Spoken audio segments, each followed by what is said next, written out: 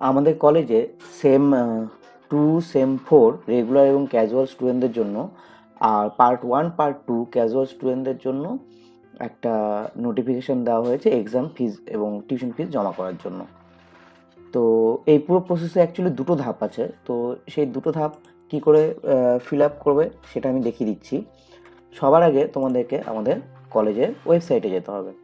কলেজের ওয়েবসাইটে না ঢুকে তোমরা নোটিশেও যেতে পারো, বা কলেজের ওয়েবসাইট থেকেও তোমরা সেই নোটিশটা দেখতে পারো। এখানে সেই নোটিশটা দেওয়া আছে। এই নোটিশে ক্লিক করলে তোমরা এখানে দেখতে পাবে যে কাদের কাদের জন্য এই ফিজটা পেমেন্ট করতে হবে, এবং সেটা 29শে নভেম্বরের মধ্যেই কিন্তু পেমেন্টটা কমপ্লিট করতে হবে। এখানে দেখো সেমিস্টার 2 অ্যান্ড 4 যারা রেগুলার বা যারা ক্যাজুয়াল মানে কয়েকটা পেপারে ব্যাকলগ বা সাপ্লি আছে তাদের জন্য, এবং পার্ট 1 পার্ট 2 এর ক্যাজুয়াল স্টুডেন্টদের জন্য, বিএ বিএসসি বিকম সবার জন্যই এটা। এই যে ইয়েলো কালারের যে হাইলাইটেড পার্টটা আছে এটা দেখে অনেক স্টুডেন্ট কনফিউজ হয়ে যাচ্ছে। দেখো এখানে লেখা আছে যে যাদের সেম 2 ইন্টারনাল অ্যাসেসমেন্ট ক্লিয়ার আছে তারা সেম 4এও পরীক্ষাতেও বসতে পারবে। অনেকে ভাবছে যে সেম 2 ক্লিয়ার না থাকলে কি সেম 4এ বসতে পারবো না, না সেটা নয়। সেম 2 এ তোমার কিছু পেপারে ব্যাকলগ বা সাপ্লি থাকতেই পারে, তাতে কোনো অসুবিধা নেই। তোমার ইন্টারনাল অ্যাসেসমেন্ট ক্লিয়ার থাকলেই তুমি সেম 4এ পরীক্ষাতেও বসতে পারবে। তো তোমাদের যেগুলো ব্যাকলগ বা সাপ্লি পেপার আছে আদার সেমিস্টারে, মানে সেম 2 এর ধরো, সেগুলোর জন্য আলাদা করে ফিস পেমেন্ট করে তোমাকে ফর্ম ফিল আপ করতে হবে। সেম 4 এর জন্য কিন্তু আলাদা, ইচ সেমিস্টারের জন্য তোমাদের আলাদা করে ফিস পেমেন্ট করে ফর্ম ফিল আপ করতে হবে। ফিস পেমেন্টটা অনলাইন এসবিআই থ্রু হবে, সেই লিঙ্কটা এখানে দেওয়া আছে, এটা আমি একটু পরে দেখিয়ে দিচ্ছি। তার আগে দেখো যে ফিস স্ট্রাকচারটা কেমন আছে। এখানে দেখো তোমাদের এবছরের ল্যাব ফিস ওয়েভ করা আছে, ক্যাজুয়াল ফিস এবছরের যারা স্টুডেন্ট ফ্রেশ রেগুলার তাদের জন্য ওয়েভ করা আছে। প্যান্ডেমিকের জন্য একটা ওয়েভার দেওয়া আছে 250 টাকা করে। এই টোটাল ফিসটা তোমাদের দিতে হবে। যেমন ধরো কেউ যদি বিএসসি অনার্স হয়, তাহলে বিএসসি অনার্স সেম 2 সেম 4, তাদের মধ্যে যদি সেম 2 হও বা সেম 4 হও 460 টাকা করে পেমেন্ট করতে হবে। কেউ যদি বিকম জেনারেল হও, ঠিক আছে, সেম 2, তাহলে 160 টাকা। বিকম জেনারেল সেম 4 160 টাকা। তো এই কয়েকটা হচ্ছে রেগুলার স্টুডেন্টদের জন্য, ফ্রেশ যারা এবছর সেম 2 বা সেম 4 পরীক্ষা দেবে তাদের জন্য এই ফিসটা। এবার আমার ধরো সেম 4 আমার বিএসসি অনার্স, কিন্তু আমার সেম 2 এর একটা পেপারে ব্যাকলগ আছে, তাহলে কি করব? তাহলে দেখো সেম 4 এর জন্য আমি আলাদা করে পেমেন্ট করলামই, এটা হয়ে যাওয়ার পর আমাকে সেম 2 এর ব্যাকলগ পেপারের জন্য আমাকে আলাদা করে পেমেন্ট করতে হবে। সেটা কত দেখো, যেমন বিএ বিএসসি বিকম যাদের ইয়ার আছে পার্ট 1 পার্ট 2 মানে পুরনো সিস্টেমে, তাদের যে ব্যাকলগ ফিসটা এখানে দেওয়া আছে। তো এখানে দেখো 200/300 এর মানে কি, ধরো যাদের lab base subject physics chemistry এরকম, তাদের ল্যাবের 100 টাকা ফিস দিতে হবে, আর ক্যাজুয়াল ফিস 200 টাকা। যারা আর্টস সাবজেক্ট যেমন ধরো বাংলা ফিলোসফি, যাদের ল্যাব নেই তাদের জন্য এই ল্যাব ফিসটা থাকবে না, শুধু 200 টাকা থাকবে। তার মানে 200/300 মানে এটা উইদাউট ল্যাব 200, উইথ ল্যাব 300। যারা সেমিস্টার সিস্টেমে আছো যেমন বিএ বিএসসি বিকম সেমিস্টার, তাদের জন্য তাই। কেউ যদি ফিজিক্স অনার্সের হয়, যার সেম 2 এ ব্যাকলগ আছে, তাকে 100 + 100 200 টাকা দিতে হবে। কেউ যদি বাংলা অনার্স হয়, যার ল্যাব নেই, তাকে শুধুমাত্র ক্যাজুয়াল ফি 100 টাকা দিতে হবে। তাহলে প্রথমটা হচ্ছে উইদাউট ল্যাব, পরেরটা হচ্ছে উইথ ল্যাব। তো এইভাবে তোমাদের করসপন্ডিং কত ফিস দিতে হবে সেটাই চার্ট থেকে ভালো করে তোমরা কেয়ারফুলি দেখে নেবে, চেক করে নেবে। এবার তোমাকে ফিসটা পেমেন্ট করতে হবে।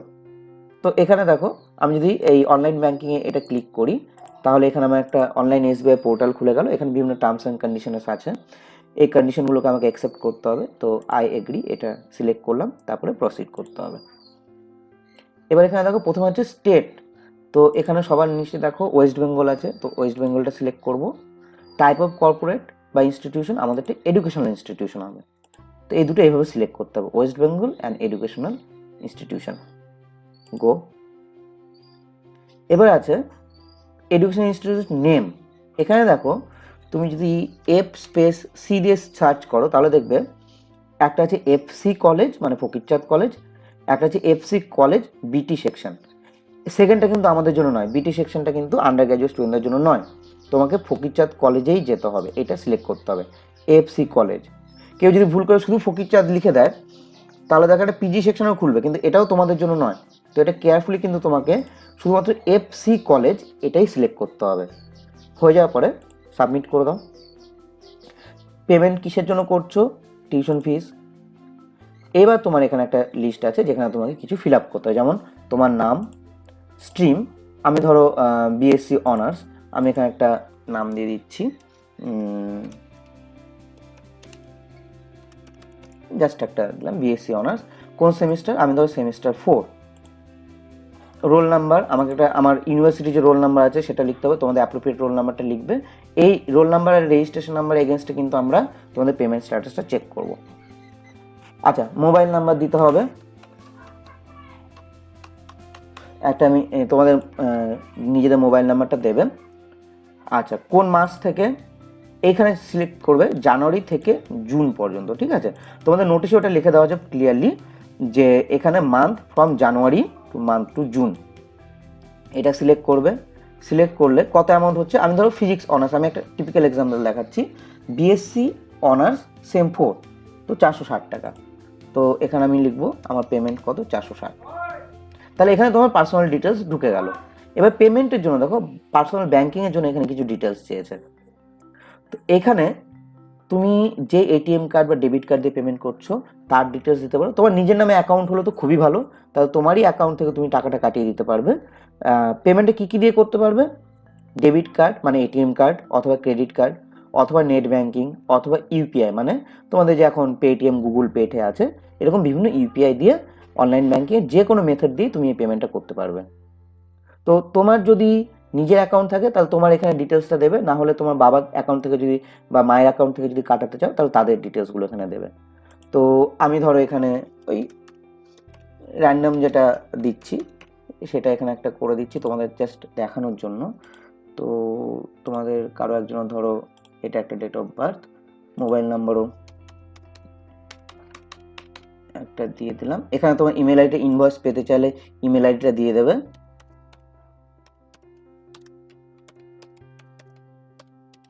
তোমার সঠিক ইমেল আইডি দিলে এখানে ক্যাপচাটা তোমাকে দিতে হবে যে 89902। আচ্ছা, এবার তোমাকে সাবমিট করতে হবে। সাবমিট হয়ে গেলে এখানে দেখো তুমি কি কি দিয়েছো সেটা আরেকবার কনফার্ম করতে বলবে, সব দেখে নেবে জানুয়ারি জুন। যদি কোনো ভুল হয়ে থাকে তাহলে ক্যান্সেল করে দেবে, আবার নতুন করে প্রসেসটা রিপিট করবে, আর যদি ভুল না হয় তাহলে এখানে কনফার্ম করে দাও। এবার তোমাকে বলছে দেখো তুমি কিভাবে পেমেন্ট করতে চাও।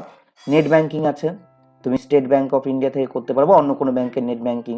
আচ্ছা, এটিএম কাম ডেবিট কার্ড মানে এটিএম কার্ড যেটা তোমাদের সেটা দিয়ে করতে পারো, এটা স্টেট ব্যাঙ্কে এটিএম কার্ড, অন্য কোনো ব্যাঙ্কে এটিএম কার্ড হলে সেটা দিয়ে করতে পারো। ক্রেডিট কার্ড দিয়ে করতে পারো, ঠিক আছে? এখানে দেখো ইউপিআই দিয়ে করতে পারো। ইউপিআই মানে তোমার গুগল পে, পেটিএম, ফোনপে, সেইটার যে কোনো একটা দিয়ে তোমরা এখানে ইউপিআই দিয়ে পেমেন্টটা করে দিতে পারো। এনইএফটি করতে পারো, ঠিক আছে? আমরা এখানে এই দুটো এখনো এনেবল করা হয়নি, হয়তো হয়ে যাবে কিছুদিনের মধ্যে। তোমরা না হলে এখান থেকে চালান প্রিন্ট করে ব্যাংকে গিয়ে করতে পারো, বাট আমরা ব্যাংকে যাওয়াটাকে অ্যাডভাইস করছি না, কারণ ব্যাংকে প্রথমত ভিড় হবে, আর এই করোনা পরিস্থিতিতে ব্যাংকে গিয়ে লাইনে দাঁড়ানোর কোনো মানে হয় না। তোমরা যদি অনলাইন ব্যাংক বা এটিএম কার্ড, সব থেকে সহজ এটিএম কার্ড, এটা দিয়ে পেমেন্ট করলে তোমার জিরো প্রসেসিং চার্জ, দেখো কোনো টাকা লাগবে না এক্সট্রা। তুমি যদি ব্যাংকে গিয়ে পেমেন্ট করো দেখো 59 রুপিস এক্সট্রা লাগছে, কেন দিতে যাবে? বাড়িতে বসে করো, এটিএম কার্ড দিয়ে পেমেন্ট করো, নাহলে নেট ব্যাঙ্কিং করো, ওখানে হয়তো ওই 12 টাকার মতো 11.8 রুপিস এটা চার্জেস নিচ্ছে। তো এটিএম কার্ড দিয়ে পেমেন্ট করো, খুবই ইজি, তোমরা এটাই করো। করে তোমরা এখান থেকে পেমেন্ট করবে। পেমেন্ট করার পরে একটা পেমেন্ট রিসিপ্ট পাবে, সেটা পিডিএফ ফরম্যাটে সেভ করে রাখবে, ঠিক আছে? ওটা কিন্তু মোস্ট ইম্পর্ট্যান্ট। তাহলে আশা করি এই পর্যন্ত কারো কোনো কনফিউশন নেই। এই পেমেন্ট করাটা হচ্ছে একটা ধাপ। আগে কি হতো, এই পেমেন্ট রিসিপ্টটা কলেজে জমা করতে হতো, কিন্তু এখন লকডাউনের জন্য আমরা কি করছি, কলেজে তোমাদেরকে আসতে বলছি না, তোমরা অনলাইনে এটা সাবমিট করবে। কি করে? সেই নোটিশের পেজে যাও, গিয়ে দেখো এখানে click here for willingness form, এখানে ক্লিক করো। এখানে ক্লিক করলে তোমাদের একটা গুগল ফর্ম খুলে যাবে। তাহলে সবার আগে কী করবো, আমরা পেমেন্ট করে নিয়েছি, পেমেন্টের একটা রিসিপ্ট আমার কাছে আছে পিডিএফ ফরম্যাটে, সেই রিসিপ্টটা এবার আমি এখানে আপলোড করব। এখানে আমি নাম দেব, তো এখানে আমি একটা স্যাম্পল নাম দিয়ে দিচ্ছি। তোমাদের এখানে কিন্তু নিজেদের নাম দিয়ে ভরতে হবে, নাহলে কিন্তু পরীক্ষা দিতে পারবে না। আমি এখানে একটা ইউনিভার্সিটি রোল নাম্বার স্যাম্পল দিয়ে দিলাম, মোবাইল ফোন নাম্বার। আচ্ছা, এবার দেখো আমি এখানে চুজ করছি বিএসসি অনার্স। দেখো এখানে দেখো অনেকগুলো ক্যাটাগরি আছে, BA honours, BSc honours, BCom honours, BA general, BSc general, BCom general, তোমার যেটা স্ট্রিম তুমি চুজ করবে। এবার দেখো আমি কি করছি, যে আমার সেম 4-এর একটা এক্সাম আছে, ঠিক আছে? আবার সেম 2 কিন্তু একটা ব্যাকলগ আছে। তাহলে প্রথমে আমি পেমেন্ট করে সেম 4-এর এখানে ফর্মটা ফিল আপ করবো। এটা হয়ে গেলে আমাকে আবার পরে আবার এই ফর্মটা ফিল আপ করতে হবে সেম 2 এর জন্য, বুঝতে পেরেছো? তো এইভাবে কিন্তু তোমাকে ইচ সেমিস্টার এক্সামের জন্য এক একটা ইন্ডিভিজুয়াল ফর্ম ফিল আপ করতে হবে। এবার সেম 4-এ ধরো আমার কী কী পেপার আছে, আমি ফর এক্সাম্পল বলছি, আমার এখানে ফিজিক্স অনার্সের পেপার আছে, আর আমার G1 আছে আমার ধরো ইলেকট্রনিক্স। তো আমি এখানে এইভাবে সাবজেক্ট চুজ করবো। কারো যদি ACC থাকে বা অন্য কোনো সাবজেক্ট থাকে তোমরা সেম পেপার সাবজেক্ট 3 পড়তে পারো।